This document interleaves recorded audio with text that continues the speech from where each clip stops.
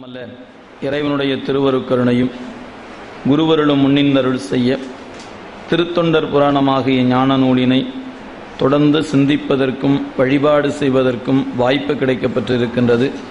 அவ்வகையிலே குருவருளையும் அந்த வகுப்பிலே நம்முடைய உருத்திர பசுபதி நாயனாருடைய அருள் வரலாற்றை சிந்தித்து நிறைவு செய்திருக்கின்றோம்.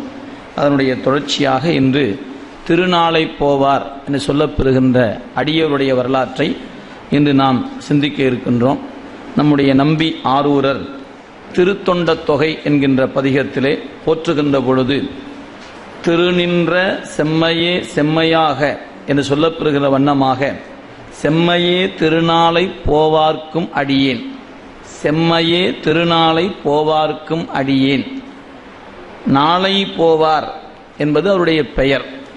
இந்த பெயர் அவருடைய இயற்பெயர் அல்ல. நாளை தில்லை போவேன், நாளை தில்லை போவேன் என்று ஒவ்வொரு நாளும் கூறிய காரணத்தினால் நாளை போவார் என்கின்ற பெயரை பெறுகிறார்.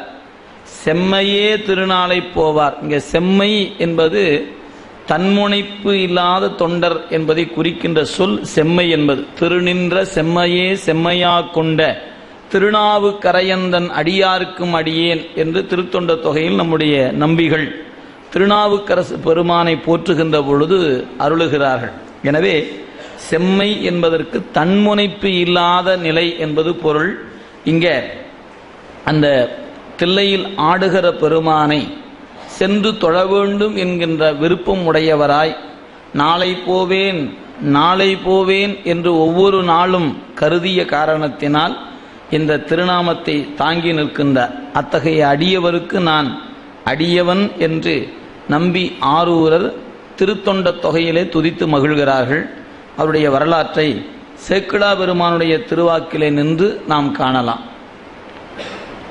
பகர்ந்து உலகு சீர் போற்றும் பழைய வளம் பதியாகும் திகழ்ந்த புனல் கொள்ளிடம் பொன் செழுமணிகள் திரைக்கரத்தால் முகந்து தர இருமருங்கும் முளரி மலர் கையேற்கும் அகன் பனை நீர் நன்னாட்டு மேற்கா நாட்டு ஆதனூர். நாட்டு சிறப்பும் நகரச் சிறப்பையும் முதல் பாடல காட்டுகிறார். பகர்ந்து உலகு சீர் போற்றும், இந்த உலகு போற்றுகின்ற வண்ணமாக பெருமையை பெற்றிருக்கக்கூடிய பழைய வளம் பதியாகும்.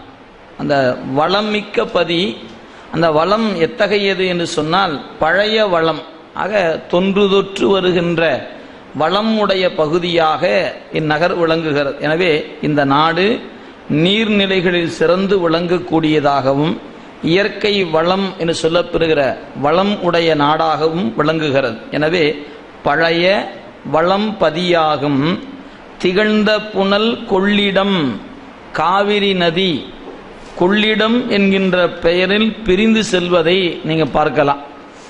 நமக்கு புறப்பட்டு வருகின்ற பொழுது காவிரியாக வந்து திருச்சிராப்பள்ளி கல்லணைக்கு வருகின்ற வழியில் பார்த்தீங்கன்னா அங்கிருந்து அந்த ஆறு இரு பிரிவுகளாக பிரிந்து கொள்ளிடம் அப்படின்னு பிரிந்து செல்லும். அப்படி கொள்ளிட நதி என்பது காவிரியினுடைய மிகுதியான நீர், அதாவது அதிக மழை வருகிற காலங்களில் நீர் மிகுதியாக உபரி நீர் என்று சொல்லப்படுகிற நீர் மிகுதியாக செல்லுகிற காலத்தில் கொள்ளிடத்தில் நீர் மிகுந்து செல்வது வழக்கம். எனவே கொள்ளிடம் என்று சொல்லப்பெறுகின்ற அந்த நதி வளம் தருகின்ற பதி. அதனால தான் இங்கே சொன்னார் இது சோழ நாட்டினுடைய பகுதி தான் இது. அதை தான் சொல்ல வர்றார். திகழ்ந்த புனல் கொள்ளிடம் செம்பொன் மணிகள் திரைக்கரத்தால். இந்த கொள்ளிட நதி நீர் பெருக்கின் காரணமாக மலையில் இருக்கக்கூடிய மணிகளையெல்லாம் அது அடித்து கொண்டு வருகிறது. நீர் மிகுதி காரணத்தினால் கரையில் இருபுறம் சென்று மோதுகிறது.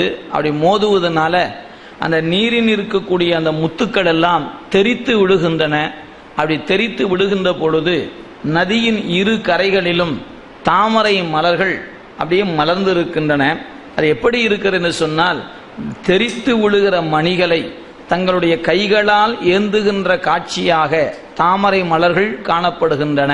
பொதுவாக நாம் என்ன சொல்லுவோம், கொடுத்து சிவந்த கை அப்படின்னு சொல்லுவோம். இங்க தாமரை சிவந்த தாமரை, இது வாங்கி சிவந்து இருக்கிற தாமரை. இந்த கொள்ளிடம் என்கின்ற நதி மணிகளை கொடுக்கிறது.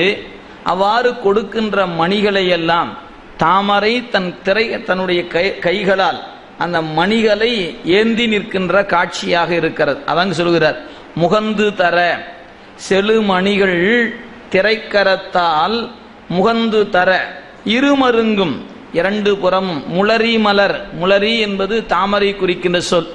முளரி மலர் கையேற்கும் அகன் பனை நீர் நன்னாட்டு. நீர்நாடு என்றாலே சோழ நாடு தான். சோழ நாட்டினுடைய ஒரு பகுதியாக மேற்கா நாடு என்று சொல்லப்பெறுகிற அந்த பகுதியில் ஆதனூர் என்கின்ற ஒரு ஊர் இருக்கிறது. எனவே கொள்ளிட நதி பாய்ந்து வளம் தருகின்ற சிறப்பு மிக்க அந்த நாட்டில், மேற்கா நாடு என்று சொல்லப்பெறுகிற நாட்டில் ஆதனூர் என்று சொல்லப்பெறுகின்ற ஒரு ஊர். அந்த ஊரின் கண்ணே என்று நகர சிறப்பை தொடங்குகிறார் ஆசிரியர்.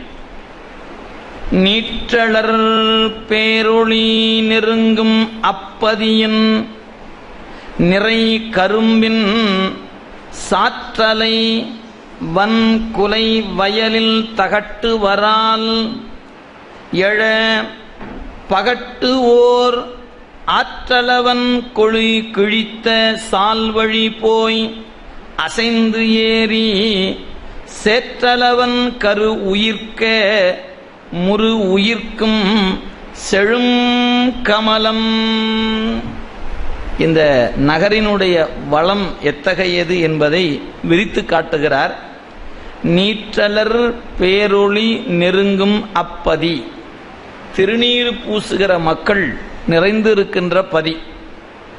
எனவே திருநீற்றினுடைய அந்த சுடரானது, ஒளியானது எங்கும் நிறைந்து காணப்படுகிற காட்சி. அப்படிப்பட்ட அந்த தலத்தில் நிறை கரும்பின் சாற்றலை வன்குலை வயலில், எனவே நிறை கரும்பு இருக்கிறது, கரும்பினுடைய சாறு இருக்கிறது. அந்த அத்தகைய வயல் பகுதியில் வன்குலை வயலில் தகட்டு வரால், இது வரால் மீன் என்று சொல்லப்பெறுகிற மீன். கரும்பு பக்கத்தில் நீர் உடைய நீர்நிலை, அந்த நீர்நிலையில் இருக்கக்கூடிய வரால் மீன். அந்த மீன் என்ன செய்தது அப்படின்னார், பகட்டு ஓர் ஆற்றலவன். எனவே இந்த குலை வயலில் தகட்டு வரால் எழ, இந்த மீன் நிலை, அந்த நீர்நிலையிலிருந்து மீன் மேலே எழுகிறது. அப்படிப்பட்ட நிலையில் பகட்டு ஓர் ஆற்றலவன் கொழு கிழித்த. இங்க பகடு அப்படின்னா எருமையை குறிக்கின்ற சொல். பழைய காலங்களில் எருதுகளை பூட்டி உழவு செய்வதில்லைங்க, எருமைகளை பூட்டி தான் உழவு செய்திருக்கிறாங்க ஒரு காலத்தில். எனவே இங்கே பகட்டு அப்படிங்கிற வகையில் எருமைகளை பகடு என்ற சொல்லால் குறித்திருக்கிறார் ஆசிரிய பெருமான். எனவே பகடு ஓர் ஆற்றலவன் கொழு கிழித்த. இங்கே அந்த வயலை உழுகின்ற பொழுது அந்த இரும்பினால் செய்யப்பட்டிருக்கின்ற முளை, அதைத்தான் ஆற்றலவன் என்று குறிப்பிடுகிறார். அந்த ஆற்றலவன் கொழு கிழித்த, அந்த நிலத்தை கீறி கொண்டு செல்லுகிறது அந்த முளை.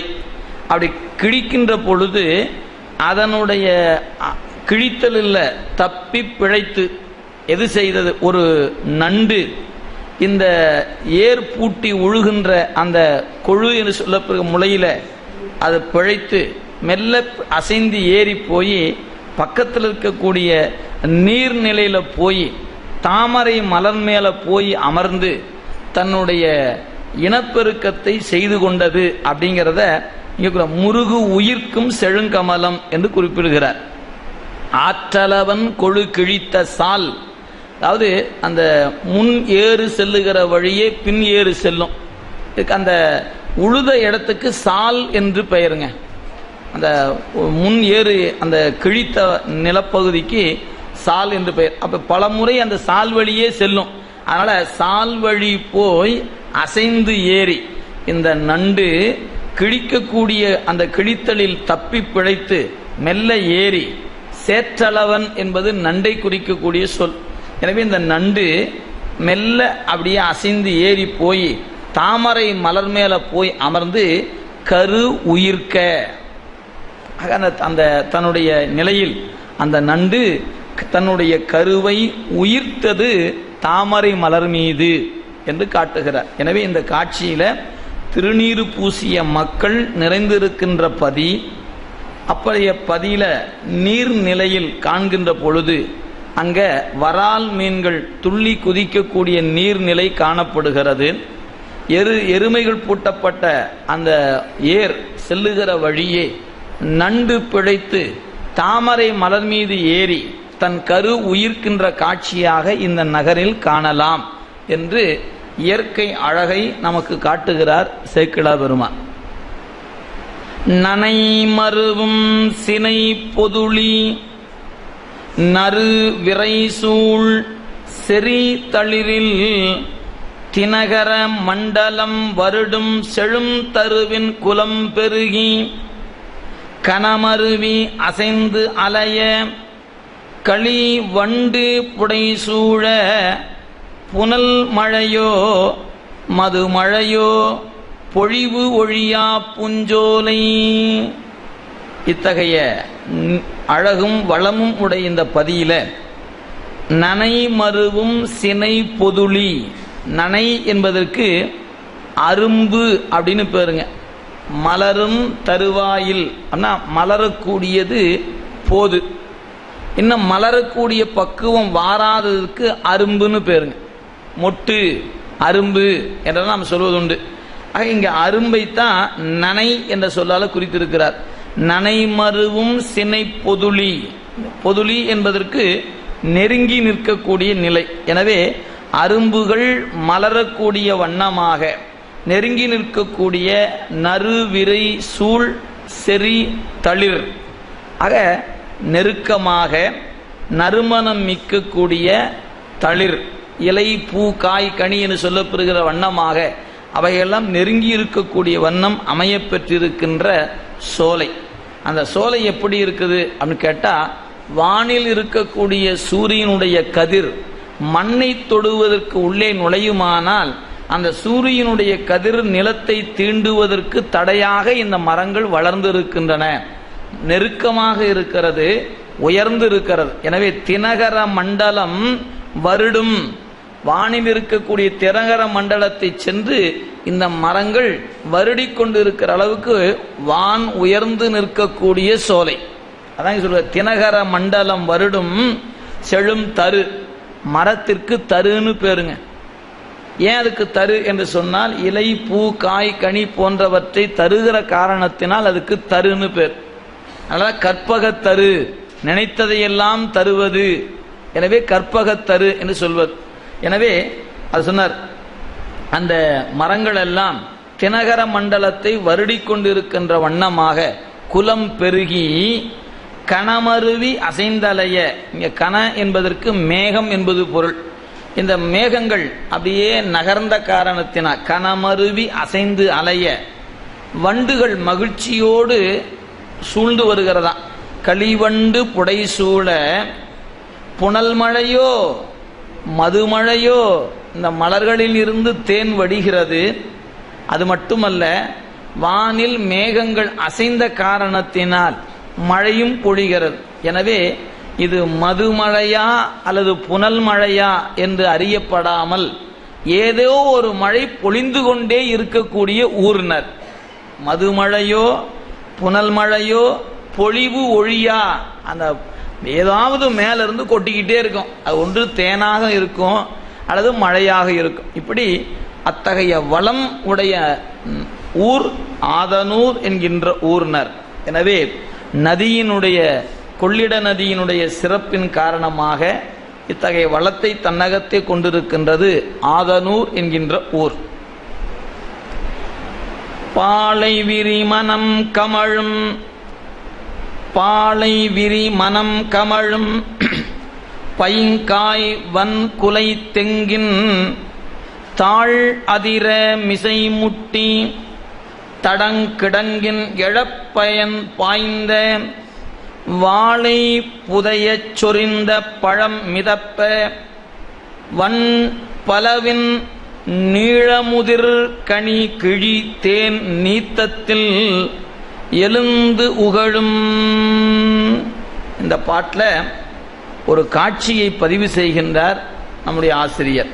என்ன அப்படின்னு கேட்டால், இந்த தென்னை மரத்தினுடைய அந்த பூங்கொத்து அதுக்கு பாலை அப்படின்னு சொல்லுவோம். காய் வருவதற்கு முன் இருக்கக்கூடியது பாலை. அந்த பாலை விரிந்து இருக்கிறது. அந்த பாலை விரிகின்ற பொழுது நல்ல நறுமணம் வீசும். அதனால் பாலை விரி மனம் கமழும், அப்படியே நறுமணம் கமழ்ந்து நிற்கிறது. தென்னையினுடைய பாலை விரிந்து இருக்கிறது. அப்படி விரிந்த நிலையில் பை காய் வன் குலை தெங்கு, தெங்குனா தென்னை. ஆக நல்ல அந்த குலையில தேங்காய் நன்கு வளர்ந்து முதிர்ந்து கனிந்து இருக்கிறதுலாம், முதிர்ந்து இருக்கின்ற தேங்காய். அப்ப நம்ம முதிர்ந்த காய் மேலிருந்து கொப்பரைன்னு நம்ம சொல்லுவோம் முதிர்ந்த பொழுது. அப்ப அந்த தேங்காய் நன்கு குலை குலையாக இருக்கிறது, முதிர்ந்த காயாக இருக்கிறது. இந்த நிலையில பக்கத்துல நீர்நிலை இருக்கிறது. அந்த நீர்நிலையில் இருக்கக்கூடிய மீன், அதுவும் குறிப்பாக வாளை மீன் என்கிற மீன், அது எப்பவுமே தண்ணீரை விட்டு மேலே வந்து குதித்து குதித்து விளையாடுவது அந்த மீனினுடைய இயல்பு. இது இப்படி குதித்து விளையாடுகிற மீன் என்ன பண்ணுச்சுங்களா, தென்னை மரத்தினுடைய அடியில் போய் முட்டுச்சுங்களாம். அது போய் முட்டிய மாத்திரத்தில் அங்கே மேலே இருக்கக்கூடிய அந்த காய், எது தென்னை மரத்தினுடைய காய் கனிந்து முதிர்ந்து இருந்தது பாருங்க, இது போய் முட்டிய மாத்திரத்தில் மேலேருந்து கீழே விழுந்துச்சுங்களாம். அப்படி விழுந்த மாத்திரத்து என்னாச்சு, அந்த மீன் இருக்கிற இடத்துக்கு வருது. வர வழியில பக்கத்திலேயே பலாமரம் இருந்துச்சான். அந்த தேங்காய் மேலேருந்து கீழே விழுந்த உடனே பலாமரத்தில் விழுந்து அது கனிந்து இருக்கக்கூடிய கனிகளை எல்லாம் அது அப்படியே கிழித்து கொண்டு வந்தது. வந்து இந்த மீன் இருக்கிற இடத்துல வந்து அந்த மீனை மேலே எழ முடியாதவாறு அழுத்தியது. தேங்காய் வந்து மீன் எங்க துள்ளி குதித்ததோ அந்த இடத்துல வந்து விழுந்துருச்சு. இப்ப மீன் மேலே வர முடியாதவாறு இந்த தேங்காய் அப்படி மறைத்து நிற்கிறதுங்களாம். கொஞ்ச நேரம் கழித்து பார்த்தா இந்த பழாமரத்தில் இருக்கிற அந்த கனி முதிர்ந்து சாறு ஒழுகி அப்படியே அந்த நீர்நிலைக்குள்ள போச்சுங்களாம். போனோடனே அது ஏற்கனவே நீர்நிலை சேராக இருந்தது. இந்த சாறு போய் கலந்ததுனால இளகியது. இளகிய காரணத்தினால அந்த மீன் துள்ளி குதித்து விளையாடியது. இந்த இயற்கை அழகு காட்டுகிறார். தேங்காயினுடைய கனி முதிர்ந்தது, அது கீழே விழுகின்ற பொழுது பலாப்பழத்தில் விழுந்துச்சு. இந்த பலாப்பழத்தின் சாறு ஒழுக சேறு கடினமாக இருந்த சேறு இளகியது. இளகிய காரணத்தினால் அந்த வாளை மீன்கள் துள்ளி குதித்து விளையாடுகின்ற காட்சி. இப்படி ஒரு காட்சியை திருஞான சம்பந்த பெருமான் அவருடைய தேவாரத்திலையும் பதிவு செய்திருக்கிறார். கோழை மிடராக கவி கூலும் இலவாக இசை கூடும் வகையால் ஏழை அடியார்கள் யாவர் சொன்ன சொல் மகிழும் ஈசன் இடமாம் என்று சொல்லப்பெறுகின்ற திரு வைகாவூர் தேவாரத்தில் இதே போன்ற ஒரு காட்சியை அவர் பதிவு செய்திருக்கிறார். இங்க பலா என்று சொல்லியிருக்கிறார், அங்கு வாழை அப்படின்னு சொல்லியிருப்பார். அந்த கனி முதிர்ந்து வாழை மரத்தில் விழ அந்த வாழை மரத்தில் இருக்கிற கனிகள் சாறுகளை ஒழுக்க அது அப்படியே அந்த சேரை இலகுமாறு செய்தது என்று பதிவு செய்திருக்கிறார் ஞானசம்பந்த பெருமான். ஆக அந்த இயற்கை அழகு இதெல்லாம் எதுக்கு சொல்றார் அப்படின்னு கேட்டீங்கன்னா, இந்த நூல் பாடப்பட்ட காலம் நம்முடைய நாயன்மார்கள் இருந்த காலத்தில் அத்தகைய செழிப்பு இருந்து இருக்கிறது. நீங்கள் இன்றைய ஒரு நூல் எழுதுகின்ற ஒரு கதை ஆசிரியரை அழைத்து வந்து நீங்கள் ஒரு நாவல் நம்முடைய ஊரை மையமாக வைத்து எழுத வேண்டும் என்று சொன்னால் அவர் என்ன பண்ணுவார், அப்படியே முதல்ல ஊரா ஒரு சுத்திட்டு வருவார். அவர் காட்சியில் என்னெல்லாம் படுகிறதோ அதெல்லாம் மனதை உள்வைத்துக் கொள்வார். உட்கார்ந்து எழுதினார்னா எவ்வளவு உயர்ந்தமான கட்டிடங்கள் இருக்கின்றன, அப்புறம் எங்கெங்கெல்லாம் என்னென்ன பார்க்கிறாரோ கட்டிட அமைப்புகளை சொல்வார். அப்புறம் ஆற்றில் இருக்கிற நீரா அல்லது சாயமா அல்லது கழிவா அப்படின்னு அதை பதிவு செய்வார். வாகன போக்குவரத்து எப்படி இருக்குதுன்னு பதிவு செய்வார். மக்களுடைய நேரம் எப்படி போகிறது இதெல்லாம் பதிவு பண்ணுவதாங்க ஆவணம். இன்னைக்கு ஒருத்தர் எடுத்தா இப்படிதான் எழுத முடியும். இது ஒவ்வொரு ஊருக்கும் அதே போலதான். இன்னைக்கு போய் இதே ஆதனூருக்கு போய் இன்னைக்கு இந்த காட்சியை பார்க்கலாம்னு போய் பார்த்தீங்கன்னா ஒண்ணுமே இருக்காது. ஏன்னு கேட்டீங்கன்னா நீர் இருந்தா தானே இருக்கும் எல்லாமே. அங்க காவிரியே வறண்டு இருக்கிறது. இதுல போய் எங்க கொள்ளிடத்துக்கு நதி தண்ணி போறது, அப்புறம் கொள்ளிடத்தில் இருக்கக்கூடிய நதி போய் பாய்ந்து இது முத்துக்களை அப்படியே தன் திரைக்கரத்தால் தெரிக்க அப்படியே தாமரைப்பூ தாங்கி நிற்கிற காட்சியை போய் இன்னைக்கு பார்க்க முடியுமான்னு கேட்டா இன்னைக்கு இல்லை. ஆனால் நாயன்மார் வாழ்ந்த காலத்துல அப்படி இருந்தது. அதனாலதான் நமக்கு தெரிய பாடுனாங்க பாட்டுல, என்ன வளம் இல்லை இந்த திருநாட்டில் ஏன் கையை ஏந்த வேண்டும் வெளிநாட்டில் பாடினாங்க. அவ்வளவு வளம் நம்மகிட்ட இருந்துச்சு. இப்பவும் நம்மகிட்ட வளம்லாம் ஒன்றும் குறைஞ்சு போலிங்க. எவ்வளவு எடுத்தாலும் இன்னும் நம்ம நாடு பொருளாதாரத்தில் இன்னும் இருந்துகிட்டு தானே இருக்குது. யாரெல்லாம் எவ்வளவு எடுத்துருக்கிறாங்க, எடுத்துக்கிட்டே தான் இருக்கிறாங்க இல்லைங்களா. நீங்க வரலாற்றை புரட்டி பார்த்தீங்கன்னா முகலாயருடைய படையெடுப்புல எவ்வளவு பொருள் நம்முடைய பகுதியிலிருந்து எடுக்கப்பட்டு இருக்கிறது என்று வரலாறு காட்டுகிறது. அதுக்கு பிறகு ஆங்கிலேயர்கள் வந்தாங்க. அவங்களுடைய ஆட்சி சூழல்ல ஒரு 200-300 ஆண்டு காலத்துல நம்மள இருந்து எவ்வளவு எடுக்க முடியுமோ அத்தனையும் அவங்க எடுத்துட்டு போனாங்க. இன்னைக்கும் வளமாத்தான் இந்தியா இருந்துச்சு. இன்னைக்கு நம்முடைய அரசியல்வாதிகள் அவங்களுடைய சூழலை எடுத்துக்கிட்டே தான் இருக்கிறாங்க. நாடு இன்னும் வளமாத்தான் இருக்கு. நாம ஏதாவது குறையா இருக்குதா என்ன? எங்கேயாவது இப்ப ரொட்டி துண்டு கூட கிடைக்காம நம்ம அல்லல் பட்டு கொண்டா இருக்கிறோங்க, நல்லா தான் இருக்கிறோம். அப்ப நினைத்து பாருங்க, இதெல்லாம் எடுக்காம இருந்தா நம்ம நாடு எப்படி இருக்கும்? இந்த படையெடுப்புகள், இங்க இருக்கக்கூடிய சூழல், நம் நாடுதான் நமக்கு முக்கியம் அப்படின்னு கருதி அரசியல் இருக்கக்கூடியவர்கள் எடுக்கக்கூடிய சூழல் இல்லாம இருப்பதை நம் நாட்டுக்கே கொடுக்கக்கூடிய உள்ளமுடையவராக இருந்தாங்கன்னா இன்றைய நாடு நம்முடையது வல்லரசுல முதன்மையாக இருக்கும். அப்படி இல்லையே. இதுதான் நிலை. நம்ம யாரையும் எந்த அரசியலையும் சொல்லுங்க, சூழல் இன்னைக்கு நம்ம நாட்டில் பார்க்கும்போது நாள்தோறும் பேப்பர்ல பார்க்கும் போதெல்லாம் இந்த இவ்வளவு கோடி ஊழல், இவ்வளவு கோடி எடுத்திருக்கிறாங்க அப்படிதான் படிக்கிறோமே ஒழிய தன்னுடைய கையில் இருக்கலாம் கொடுத்தாரு அப்படிங்கிற சூழலா பார்க்கிறோம்ங்க இல்ல. ஆக இவ்வளவு எடுத்தாலும் நம் நாடு வளமாவே இருக்கு. அப்ப இப்ப எடுக்காம இருக்க காலத்துல எப்படி இருந்திருக்குது நாடு, அதுதான் இங்க காட்சிங்க. எனவே காவிரி நதி பாய்ந்து வளம் தந்த நிலையில் இந்த காட்சியை பதிவு செய்து காட்டுகிறார் சேக்கிழார் பெருந்தகை. எனவே நாயன்மார் வாழ்ந்த காலத்தில் ஏறத்தாழ 9ஆம் நூற்றாண்டுக்குள் இந்த காட்சி நிகழ்ந்திருக்கிறது. அதை 12ஆம் நூற்றாண்டில் சேக்கிழார் பெருமான் பதிவு செய்கிறார். இன்னைக்கு இருக்கிற காலத்தில் இந்த காட்சியை வரைபடத்தில் தான் பார்க்க முடியும், அல்லது கிராபிக்ஸ் அப்படிங்கிற நிலையில வேணா பார்த்துக்கலாமே ஒழிய நேரில் காண்கிற வாய்ப்பு நமக்கெல்லாம் குறைந்து கொண்டே இருக்கிறது. நம்ம கூட வயதான ஒரு சில பேர் இந்த காட்சியெல்லாம் பார்த்துருக்கலாம். இன்னும் அடுத்த தலைமுறை வருகிறவர்கள் இது போன்ற காட்சியை காண்பதற்கு கம்ப்யூட்டர்ல உட்கார்ந்துக்கிட்டு வேணா பார்த்து கொள்ளக்கூடிய காலமாகத்தான் சென்று கொண்டு இருக்கிறதை ஒழிய நேரில் காண்கிற வாய்ப்பு குறைந்து கொண்டே இருக்கிறது. இதாங்க இருக்கக்கூடிய நிலை. எனவே இத்தகைய வளம் இந்த நாட்டில் இருந்திருக்கிறது என்பதை ஒரு நூல் ஆசிரியர் தாங்க பதிவு செய்து காட்ட முடியும்.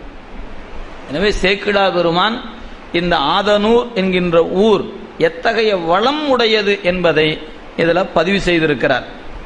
வயல் வளமும் செயல்படு பைந்துடவை இடை வருவளவும், வயல் வளமும் செயல்படு பைந்துடவை இடை வரு வளமும் வியலிடை எங்கனும் நிறைய மிக்க பெரும் திருவினவாம் புயல் அடையும் மாடங்கள் பொலிவு எய்த மலிவு உடைத்தாய் அயலிடை வேரடி நெருங்க குடி நெருங்கி உளது அவ்வூர். இந்த ஊர் எப்படி இருக்குன்னார், வயல் என்று சொல்லப்படுகிற வளம், அதுக்கப்புறம் செயல்படும் பைந்துடவை, அதாவது இந்த தானியங்களை பயிரிடுவதில் 2 வகைங்க. உழுது பயிரிடுதல் என்பது ஒன்று உண்டு, உழவு என்பதை செய்யாமலே பயிரிடுகின்ற பயிர் உண்டு. நம்ம சொல்லுவோம் மேட்டாங்காட்டு நிலத்தில் இருக்கக்கூடிய தரிசு நிலத்தில் விளைக்கக்கூடியது அப்படி. அதுபோல இங்க உழுதும் உழவு என்கிற உழுதல் இல்லாது செய்யப்படுகிற பயிரும் அதை தான் இங்க சொன்னார், செயல்படு பைந்துடவை. அப்ப அந்த செயல்படும் பைந்துடவை என்பது உழுது விதைக்கப்படுகிற பயிரினங்கள். அதுக்கப்புறம் அதனுடைய வளம் வியலிடை எங்கனும் அப்படிங்கிற நிலையில பார்க்கும்போது உழாது பயிர் செய்யப்படுகிற பயிர்கள் இவையெல்லாம் எங்கனும் நிறைய மிக்கு பெரும் திருவினவாம், எங்கு பார்த்தாலும் செல்வ செழிப்பை அறிவிக்கக்கூடிய வண்ணமாக அவ்வூர் விளங்குகிறது. புயல் அடையும் மாடங்கள், புயல்னா மேகம், மேகத்தை தொட்டு கொண்டிருக்கின்ற வண்ணம் உயர்ந்திருக்கின்ற மாடங்கள், புயல் அடையும் மாடங்கள், பொழிவு எய்த மலிவுடைத்தாய். ஏதோ ஊருக்கு 2 மாடம் தான், 2 மாளிகை இருக்கிறது இந்த ஊர்ல ஒண்ணு, அப்படி இல்லை. எங்கு பார்த்தாலும் வானை தொடும் அளவுக்கு உயர்ந்திருக்கக்கூடிய மாடங்கள் இருப்பதனால் மலிவுடைத்தாய். ஒரு வீடு தான் இல்லை, அந்த ஊரா அப்படித்தான் இருக்கிறது. அப்படி எங்கு காணிலும் புயல் என்று சொல்லப்படுகிற மேகத்தை தொடும் அளவுக்கு உயர்ந்திருக்கின்ற மாடங்கள் காணப்படுகிறது அந்த ஊரில். அது மட்டுமல்ல, அந்த வீடுகள் இங்கொன்று அங்கொன்றுமா இல்லைங்களா, நெருக்கமாக இருக்குதான். அயலிடை வேரடி நெருங்க குடி பெரு நெருங்கி உளது அவ்வூர். எனவே இந்த ஆதனூர் என்பது இயற்கை வளம், பிறகு உழவு தொழிலில் வருகிற அந்த வளத்தின் காரணமாக மாடங்களை உடையதாக, மாடங்கள் வானை தொடும் அளவுக்கும் நெருக்கமாகவும் இருக்கக்கூடிய மாடங்களாக அவைகள் காணப்படுகின்றன என்று அந்த ஊரினுடைய அழகை காட்டுகிறார். மற்ற அவ்வூர் புறம்பனையின் வயல் மருங்கு நெரும் குலையில், மற்ற அவ்வூர் புறம்பனையின் வயல் மருங்கு பெருங்குலையில், சுற்றம் விரும்பிய கிழமை தொழில் உழவர் கிளை துவன்றி பற்றிய பைங்கொடி சுரைமேற்படர்ந்து பழம் கூரை அடை புற்குரம்பை சிற்றில் பல நிறைந்து உளது ஓர் புலைப்பாடி. இத்தகைய மாடங்கள் உயர்ந்தும் நெருங்கியும் இருக்கின்ற ஆதனூரில் அந்த ஊருக்குள்ள நுழைந்து அப்படியே ஊரினுடைய புறநகர் என்கிற பகுதிக்கு நீங்கள் வருவீர்களானால் அங்கு என்ன காணப்படுகிறது? இந்த வயல்ல வேலை செய்யக்கூடிய உழவு தொழிலில் உறுதுணையாக நிற்கக்கூடியவர்கள், அந்த பணியில் ஈடுபடக்கூடிய மக்கள் வாழ்கிற பகுதி. நாம் இன்னைக்கு அதுக்கு பேர் என்ன சொல்லுவோம்னு கேட்டிங்கன்னா, வழக்கில் சொல்லும்போது சேரி அப்படின்னு சொல்லுவோம். இலக்கியத்தில் அதுக்கு பேர் பாடி அப்படின்னு பேர். புலைப்பாடி, புலையர்கள் இருக்கின்ற பகுதி. பாடினா சேரி என்பது பொருள். புலையர்கள் இருப்பதனால் அதுக்கு புலைப்பாடி என்று பெயர். இந்த புலையர்கள் என்பவங்க யார் அப்படின்னு கேட்டா, யாரெல்லாம் உயிரினுடைய உடலை தின்னுகிறார்களோ அவர்களெல்லாம் புலையர்கள் தான். நாம நினைச்சிட்டு இருக்கிறோம் ஒரு குறிப்பிட்ட இனம் அவங்க தான் புலையர்கள். பசு உரித்து ஆவுரித்து தின்று உண்ணும் புலையரே ஆயினும், அப்பர் தேவாரம். ஆன பசுவை தின்பவர்கள் எல்லாம் புலையர்கள். யாரெல்லாம் பசுவை சாப்பிடுகிறாங்களோ அவங்க எல்லாம் புலையர் என்பது திருநாவுக்கரசு பெருமான் வாக்கில் காணப்படுவதுங்க. எனவே அதை சொல்கிறார். அவங்க இருக்கிற இடம் எப்படி இருக்கிறது? இப்ப இதுவரைக்கும் சொல்லப்பட்டது நகர். அந்த நகர்ல மாடங்கள் இருக்கின்றன, வானை தொடுமளவுக்கு இருக்கின்றன அப்படின்னு காட்டிக்கொண்டு வந்தார். இப்ப அதையெல்லாம் கடந்து அந்த ஊருக்குள்ள நுழைந்து அப்படியே ஊரினுடைய புறப்பகுதிக்கு வரும்போது பார்த்தா அங்க என்ன காட்சி அப்படின்னு கேட்டா, மற்ற அவ்வூர் புறம்பனை, ஊரினுடைய புறப்பகுதியில பனை என்று சொல்லப்பெறுகிற வயலை ஒட்டிய பகுதி. அதுல புறம்பனையின் வயல் மருங்கு பெரும் குலையில் சுற்றம் விரும்பிய கிழமை தொழில் உழவர், அந்த உழவு தொழிலுக்கு உறுதுணையாக நிற்கக்கூடியவர்கள். அவங்க கூட்டம் கூட்டமாக குடில்களை அமைத்து வாழ்கிறார்கள். கிளை துவன்றி நெருக்கமாக அந்த வீடுகள்லாம் காணப்படுகிறது. அந்த வீடு எப்படி இருக்குதுன்னா, இதெல்லாம் மாட வீடுகள். எனவே வானை தொடும் அளவுக்கு இருக்கிறது. இந்த புலையர்கள் இருக்கிற இடம் எப்படி இருக்குதுன்னாரு, அங்க பச்சை பசையேல்னு சுரைக்காய் கொடி படர்ந்திருக்குதான் வீட்டினுடைய மேலே.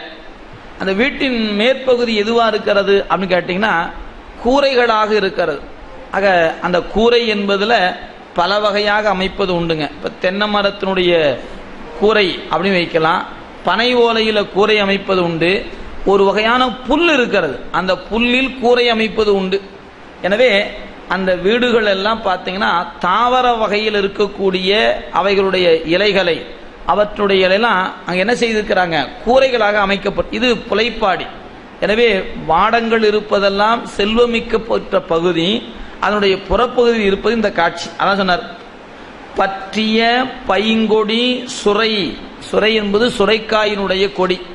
அந்த கூரை காய்ந்து சருகு எப்படி இருக்குங்க, அப்படியே எளிதில் தீப்பற்றுகிற வண்ணமாக அந்த கூரை காய்ந்து இருக்கும்.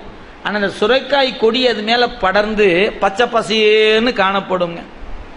ஆனால் சொன்னார், பையங்கொடி சுரை மேல் படர்ந்து பழம் கூரை, அந்த கூரை பழமையானது, பழமையான கூரையின் மீது பசிய நிறமுடைய சுரைக்காய் கொடி படர்ந்திருக்கிறது.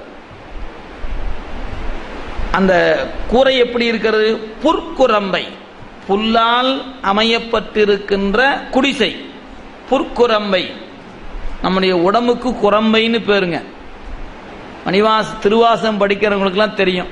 குரம்பை இன் தேன் பாய்த்து நிரம்பி என்பது மணிவாசருடைய வாக்கு. குரம்பை குடிலை, குடில் என்று சொன்னாலும் உடம்புன்னு பொருள், குரம்பை அப்படின்னாலும் உடம்புன்னு பொருள். நம்முடைய உடம்பை பல்வேறு சொற்களாக நம்முடைய பெருமக்கள் போற்றி இருக்கிறாங்க. அல்ல குடில் என்று சொல்வதுண்டு, அதே போல குரம்பை என்று சொல்வதுண்டு. இங்கே புல்குரம்பை, புல்லால் வேயப்பட்ட வீடு. எனவே புல்குரம்பை சிற்றில், மாடங்களெல்லாம் பெரிய பெரிய மாடங்கள், பெரிய வீடுகளாக இருக்கின்றன. இந்த இவர்கள் இருக்கிற இடம் பார்த்தீங்கன்னா சின்ன சின்ன வீடு தான். அதனால் சிற்றில் பல நிறைந்து உள்ளது, சின்ன சின்ன வீடுகளாக நிறைந்து காணப்படுகிறது. இந்த பகுதிக்கு புலைப்பாடி என்று பெயர். ஆக புலையர்கள் இருக்கிற பகுதி என்பதனால புலைப்பாடி என்று வழங்கப்படுவது. இங்கே எப்படி இருக்கிறார்? அந்த பகுதியை காட்சியில் நமக்கு காட்டுகிறார். அதாவது ஒரு காட்சியை பதிவு செய்கின்ற பொழுது எப்படிலாம் எடுக்க வேண்டும் அப்படிங்கிறத வடித்து கொடுத்திருக்கிறார் நம்முடைய சேக்கிழா பெருமான். ஒரு இப்போ நம்ம நந்தனார் என்று சொல்லப்படுகிற திருநாளை போவாருடைய கதையை நாம் திரைப்படமாக எடுக்கணும் சொன்னால் மாடங்களை காட்டி, வீடுகளை காட்டி, செல்வமிக்க பதியெல்லாம் காட்டி, அப்படியே உள்ள நுழைந்து வந்தோம்னா அந்த புலையர்கள் இருக்கிற பகுதியை காட்டணும், அல்ல குடிசைகளை காட்டணும், அல்ல சுரைக்காய் கொடி படர்ந்திருப்பதை காட்டணும். அது மட்டுமல்ல, அவர்கள் வீட்டுக்கு முன்னே என்னெல்லாம் இருக்கும் இதெல்லாம் காட்டணுங்க. இதெல்லாம் ஒரு காட்சி அமைப்பு. சேக்கிழா பெருமான் அதெல்லாம் பதிவு செய்து கொண்டே வருகிறார். எனவே இவ்வாறு அந்த குடிசையின் மீது கொடிகள் படர்ந்திருக்கின்றன. அது மட்டுமல்ல, வேற என்னலாம் அங்கே இருக்குதுன்னார். கூறுகிர் மெல் அடி அழகின் குறும் பார்ப்பு குழுச்சுழலும் வார்பயின் முன்றிலில் நின்ற வள்ளுகிர் நாய் துள்ளு பரள் கார் இரும்பின் சரி சொறி கை கருஞ்சிறார் கவர்ந்து ஓட ஆறு சிறு மென் குறைப்பு அடக்கும் அரை கசைத்த இருப்பு மணி. இப்ப அந்த வீட்டின் முன்ன பார்த்தீங்கன்னா கோழி தன் குஞ்சுகளோடு அப்படியே மேய்ந்து கொண்டிருக்கின்ற காட்சி. சுரைக்காய் கொடி இருக்கிறது, வீட்டுக்கு முன்னாடி கோழி குஞ்சுகளோடு மேய்ந்து கொண்டிருக்கிறது. கூறுகிர் மெல் அடி அழகின் குறும் பார்ப்பு குழுச்சூடும். ஆக கோழி தன்னுடைய அந்த தாய் கோழி தன் குஞ்சுகளோடு மேய்ந்து கொண்டிருக்கின்ற காட்சி. அதுக்கப்புறம் அடுக்கு பக்கத்தில் சொன்னார், வார் பையன் முன்றிலில், அதாவது தோள்கள் அப்படியே தொங்க விடப்பட்டு இருக்கிறது. பார்த்தீங்கன்னா இறந்து போன பசு, எருது போன்றவற்றின் தோள்களை பக்குவப்படுத்தி உலர்த்துவதற்காக தொங்கவிடப்பட்டிருக்கிற காட்சி. எனவே வார் பையின் முன்றிலில், வீட்டின் முன்பு முன்றில் நின்ற வள்ளுகிர் நாய் துள்ளு பரள். எனவே வளைந்த காதுகளை உடைய நாய், அதான் வள்ளுகிர் நாய் துள்ளு பரள். பரல்னா நாய்க்குட்டி. அந்த நாய்க்குட்டிய கார் இரும்பின் சரி செறி கை கருஞ்சிறார். அப்படியே பார்த்தீங்கன்னா கருத்த நிறம் உடைய அந்த குழந்தைகள் அந்த நாய்க்குட்டிய பிடித்துக்கிட்டு கவர்ந்து ஓடுகிறார்களாம். அதனால கார் இரும்பின் சரி செறி கை கருஞ்சிறார் கவர்ந்து ஓட. இது இந்த நாய்க்குட்டி இந்த குழந்தைகளாக நிற்கக்கூடிய அந்த சிறார்கள் அதை கவர்ந்து ஓடுகின்ற பொழுது சத்தம் போடுது நாய்க்குட்டி. அந்த நாய்க்குட்டியினுடைய சத்தம் தாய் நாய்க்கு காதில் விழாதவாறு இந்த சிறார்கள் கட்டி இருக்கிற மணியினுடைய ஓசை நாய்க்குட்டியின் ஓசையை அடக்கியதுனர். சிறு ஆறு சிறு மென் குறைப்பு, அந்த நாய்க்குட்டிகள் குறைக்கின்றது குறை அடக்கும் குறைப்பு அடக்கும் அரை கசைத்த இருப்பு மணி. எனவே இரும்பினால் செய்யப்பட்ட மணி இந்த நாய்க்குட்டியின் ஓசையை அடக்க அவர்கள் இந்த குட்டி தூக்கி கொண்டு அந்த சிறார்கள் ஓடுகிற காட்சி. அப்ப புலைப்பாடி எப்படி இருக்குன்னு கேட்டா, கூரை இருக்கிறது, கூரையின் மேல் சுரைக்காய் படர்ந்து இருக்கிறது, வீட்டின் முன்பு கோழி குஞ்சுகளோடு மேய்ந்து கொண்டு இருக்கிறது, நாய் இருக்கிறது, நாய் குட்டிகள் இருக்கின்றன. அந்த சிறார்கள் எல்லாம் கருத்த நிறமுடையவர்களாக இருக்கிறார்கள். ஏன்னு கேட்டா அவங்க இருக்கிற சூழல் வெயில் இருக்கக்கூடிய பகுதி. எனவே அந்த சிறார்கள் கருத்த நிறமுடையவராக இருக்கிறார்கள். இதெல்லாம் பதிவு செய்கிறாருங்க. இப்படிப்பட்ட அந்த சூழலில் வன் சிறு தோல் மிசை உழத்தி மகவு உறங்கும் நிழல் மருதம்.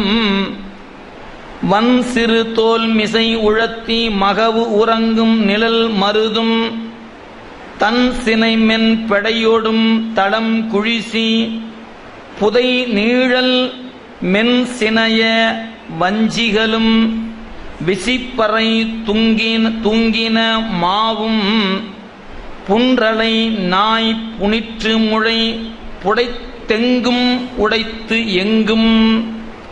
இந்த சூழல் எப்படி இருக்குது அப்படின்னு கேட்டா, அந்த வன் சிறு தோல் மிசை உழத்தி மகவு உறங்கும்.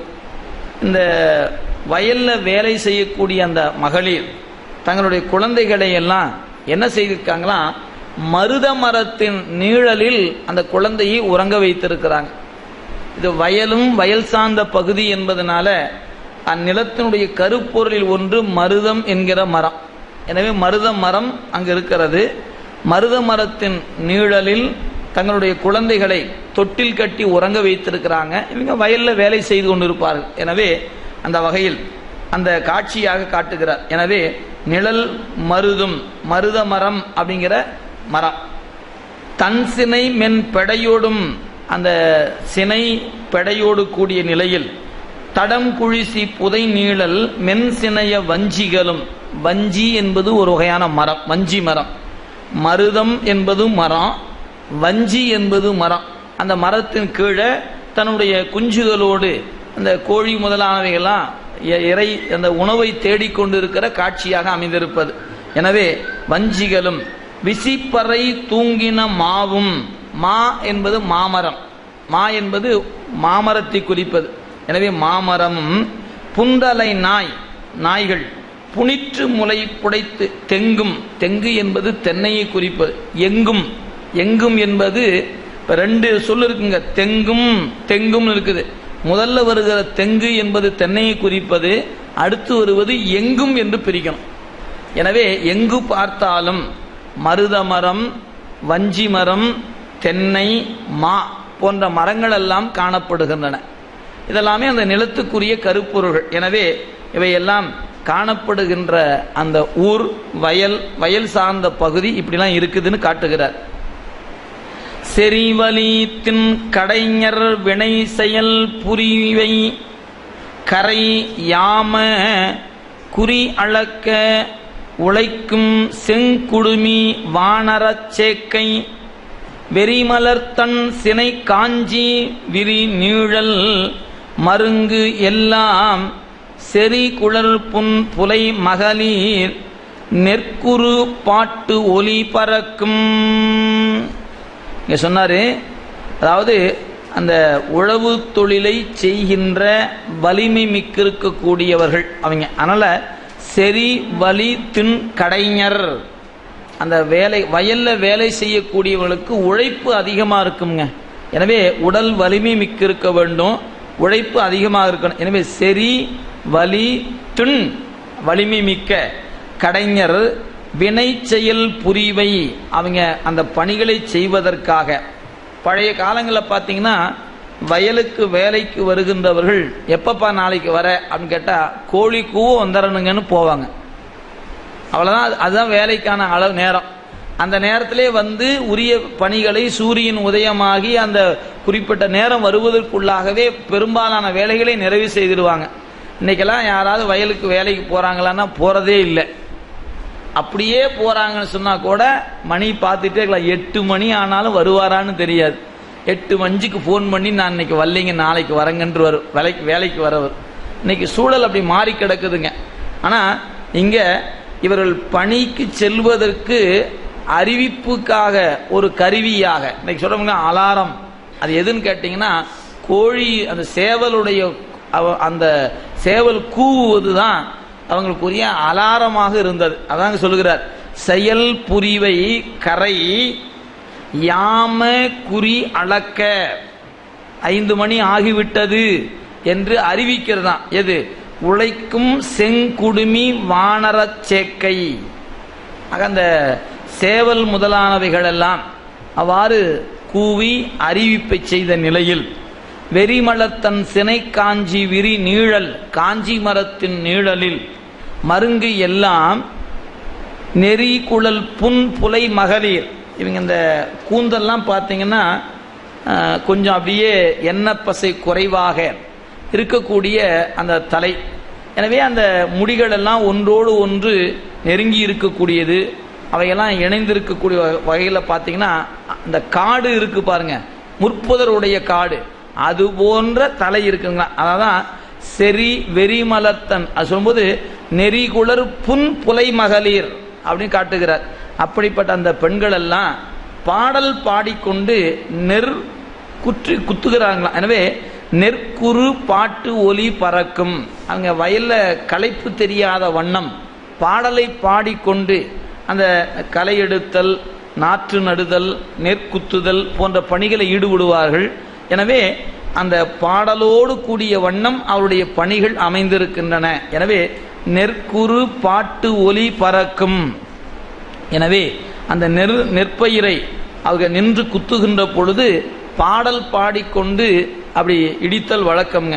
அப்படிலாம் அதனால தான் நம்முடைய மணிவாசக பெருமான் வாக்கில் பார்த்தீங்கன்னா பொற்சுண்ணம்னு ஒன்று உண்டு. வாசனை பொடிகளை இடித்தல், இடிக்கின்ற பொழுது பாட்டு பாடிக்கொண்டே இடிப்பது வழக்கம், பழையகால வழக்கு. எனவே அப்படி எதையாவது ஒரு பாடலை பாடிக்கொண்டு இடித்து கொண்டிருப்பதை காட்டிலும் இறைவனுடைய பெருமையை சொல்லி இடிக்க வேண்டும் என்று அறிவுறுத்துகிறார் மணிவாசக பெருமான். எனவே அந்த பாட்டு அங்க எங்கு பார்த்தாலும் காணப்படுனர்.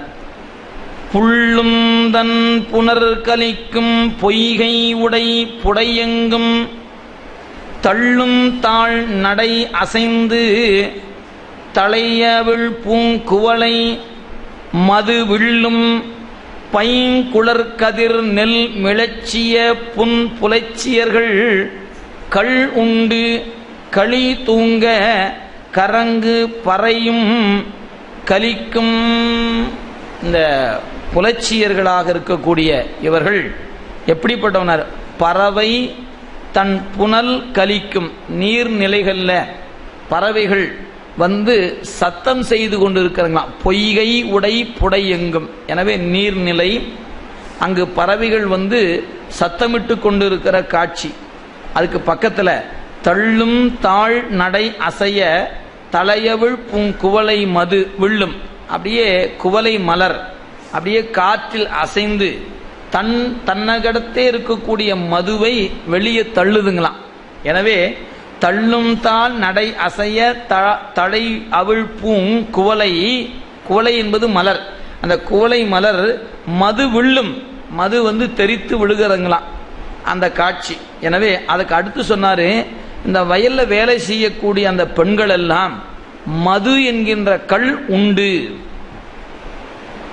இங்க நம்ம கண்ணப்ப நாயனாருடைய புராணம் படிக்கும்போது அங்கேயும் அவர்கள் போல மயக்கத்துக்குரிய மதுவை உண்டார்கள் என்று காட்சியில பார்த்தோம்.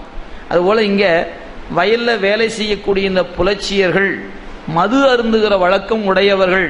நீங்க சிந்தித்து பாருங்க, இன்றும் நடைமுறையில பார்க்கலாம். இன்னைக்கும் அந்த மாதிரி புலைச்சேரி என்கிற இடத்துல போய் பார்த்தீங்கன்னா ஆண் பெண் என்ற வேறுபாடு இல்லாம எல்லாருமே அந்த மது அருந்துகிற வழக்கத்தை இன்னைக்கு கொண்டிருப்பதை பார்க்கிறோங்க. இது கீழையும் அப்படி இருக்குதுங்க. ஒரு லெவலுக்கு மேல போயிட்டீங்கன்னா அங்கேயும் அப்படித்தான் இருக்குது. இது கீழே தான் நினைச்சுக்க வேண்டியது இல்லைங்க. கொஞ்சம் நல்ல பெரிய இடத்துக்கெல்லாம் போயிட்டீங்கன்னா இவங்க என்னன்னா நம்ம அளவில் இருக்கக்கூடிய கடையில போயிட்டு பார்ப்பாங்க, நம்ம கண்ணுக்கு தெரியும். இவங்கெல்லாம் ஸ்டார் ஹோட்டல்ல போய் சாப்பிட்டுட்டு இருப்பாங்க. இவ்வளவுதான் வித்தியாசம்ங்க. மொத்தத்துல மது வழக்கம் என்பது இன்னைக்கு இருபாலர் இடத்திலும் பரவி இருக்கக்கூடிய ஒன்றாக இன்னைக்கு வளர்ந்து. கேட்டா இது நாகரீகம் அப்படின்னு சொல்லி ஒரு அவுன்ஸ் சாப்பிட்டுட்டு ஏதோ காலச்சூழல் மாறிக்கொண்டிருக்குது. மேலை நாட்டினுடைய சூழல்ல நம்ம நாடுகள்லையும் அங்கங்கே பார்த்தீங்கன்னா தெரியுங்க. நீங்கள் பெங்களூர், சென்னை, மும்பை போன்ற நகர்ப்பகுதியில் போய் பார்த்தீங்கன்னா மிகுந்த பெரிய பதவியில் இருக்கக்கூடியவர்கள், நல்ல படித்திருப்பாங்க, நல்ல கை நிறைய சம்பாதிக்கிறார்கள். அவங்கெல்லாம் போய் பார்த்தீங்கன்னா அது போன்ற நிலைகளில் தான் போய் தங்களுடைய பொழுதுகளை போக்கி கொண்டு இருக்கிற காட்சியை இன்னைக்கும் பார்க்கலாம். இங்கே புலைப்பாடியில் இருக்கக்கூடிய மக்கள் எப்படி வேறுபாடு இல்லாமல் எல்லாம் பருகி கழித்து ஆனந்தமாக ஆடியும் பாடியும் இருக்கிறாங்களோ அதுபோல மேல்தட்டு மக்கள்லையும் அப்படி ஒரு சூழல் பரவி இருப்பதை இன்றைய காலச்சூழலை நம்ம பார்க்க முடியும். எனவே சொல்ற கல் உண்டு களி தூங்க கருங்கு பறையும் கலிக்கும். ஆக அந்த பறை என்று சொல்லக்கூடிய கருவி கொட்டுகிற நிலையில் இவர்கள் கல்லை உண்டு கொண்டு ஆங்காங்கு ஆடியும் பாடியுமா இருக்கிற காட்சியை இந்த புலைப்பாடியில பார்க்கலாம். இதெல்லாம் அப்படி சொல்லிக்கொண்டு வர இப்படிப்பட்ட நிலையில நாம கேட்கல. இப்ப பாத்தீங்கன்னா 10 பாட்டு வந்துருச்சு. இவ்வளவு தூரம் இது ஏங்க சொல்லணும்? அப்படியே அந்த ஊரை சொன்னாரு. இதான் மேற்கா நாடு ஆதனூர். ஆதனூர்ல இயற்கை வளம் இப்படி இருக்கிறது, அதுல செல்வ செழிப்புடைய மாடங்கள் இருக்கின்றன. நேர நாயனார்கிட்ட வந்துடலாம் இல்லையா அப்படின்னு கேட்டா அதெல்லாம் காட்டாம இந்த ஊரினுடைய அந்த வீடு, அங்க இருக்கக்கூடிய விலங்கு, பறவை, மரம் இதெல்லாம் காட்டிக்கொண்டே வர்றார். என்ன காரணத்துக்காக அப்படின்னு கேட்டா இவர் வளர்ந்த சூழல், இவர் பிறந்திருப்பதும் வளர்ந்திருப்பதும் எத்தகைய சூழல் இவர் இருக்கிறார். இங்கதாங்க இப்படிப்பட்ட சூழலில் எப்படி கல் உண்டு கொண்டு பெண்கள் கூட கல் உண்டு தன்னை மறந்து கிடக்கக்கூடிய இந்த சூழலில் தான் ஒரு நாயன்மார் இந்த சேரியில் தான் வந்து தோன்றுகிறார். இந்த சூழல்ல எப்படிங்க இறைவனிடத்தில் அன்பு செலுத்த முடியும்?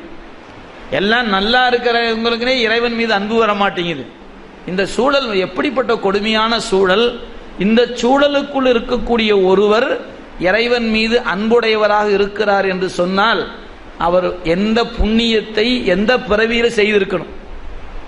அதைத்தான் இந்த வரலாற்றை சொல்லுகின்ற பொழுதே நம்முடைய உள்ளத்தில் உணர்த்த வேண்டிய கடப்பாடு சேக்கிழா பெருமானுக்கு இருக்கிறது. நாம் அந்த வரலாற்றுடன் நுழைகின்ற பொழுதே இந்த காட்சி அளவையில் நம் கண் முன்னே கொண்டு வந்து நிறுத்தி இப்படிப்பட்ட இறைவனை மறப்பதற்கு என்ன உண்டோ எல்லாம் இருக்கிற இடத்துல இறைவனையே நினைந்து கொண்டு இருக்கிற ஒரு தொண்டர் இருக்கிறார் என்று காட்ட வருகிறார் சேக்கிழா பெருமான். இதுதான் இதனுடைய அமைப்பு. காட்சியினுடைய இந்த 10 பாடல் அவர் காட்டிய நோக்கமே என்னன்னு கேட்டீங்கன்னா இறைவனை மறப்பதற்கான சூழல், மறந்திருப்பவர்கள் வாழ்கிற இடம். அப்படிப்பட்ட இடத்தில்தான் ஒரு தூய்மையான உள்ளமுடைய ஒரு தொண்டர் இருக்கிறார். அவர் யார், எப்படிப்பட்டவர் என்பதை சொல்ல வருகிறார் சேக்கிழா பெருமான்.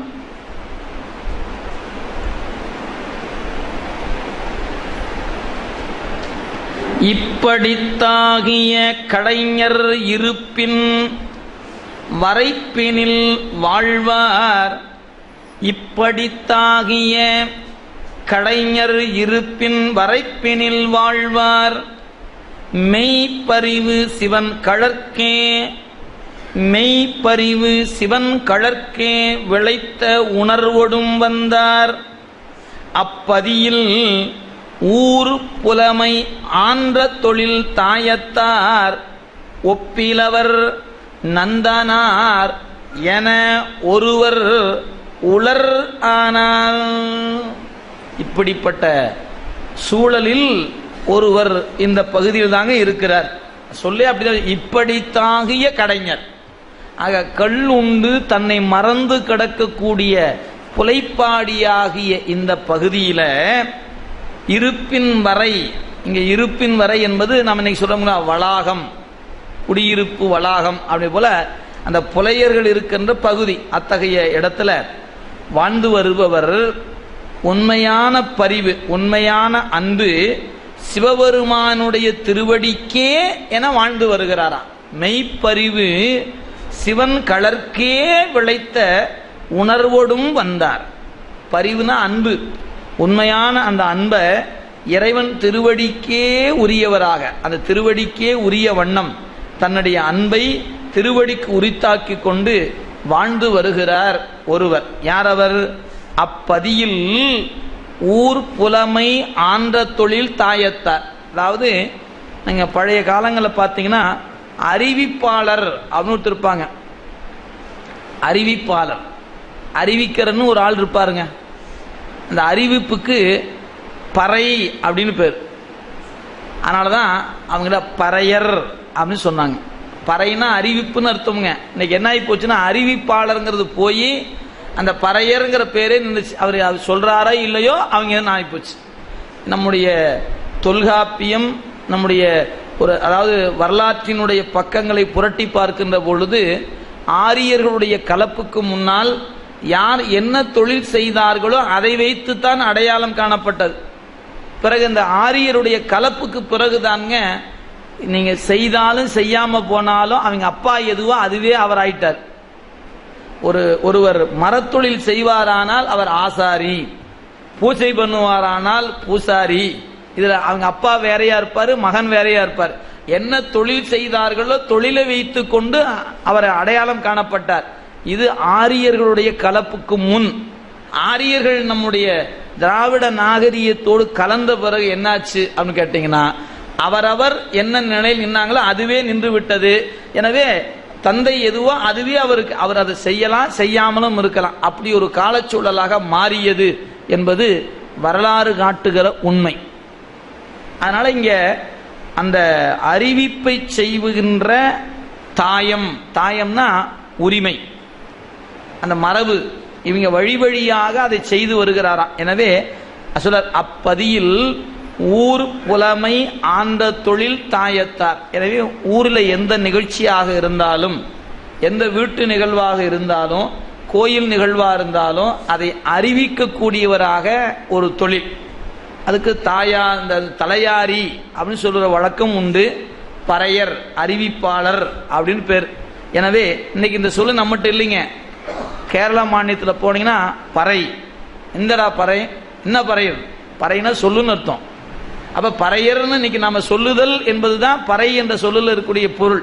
எனவே அதை செய்தாருங்களா. எனவே அப்பதியில் ஊர் புலமை ஆண்ட தொழில் தாயத்தார் ஒப்பிலவர், இவருக்கு நிகராக இன்னொருத்தரை சொல்ல முடியாது.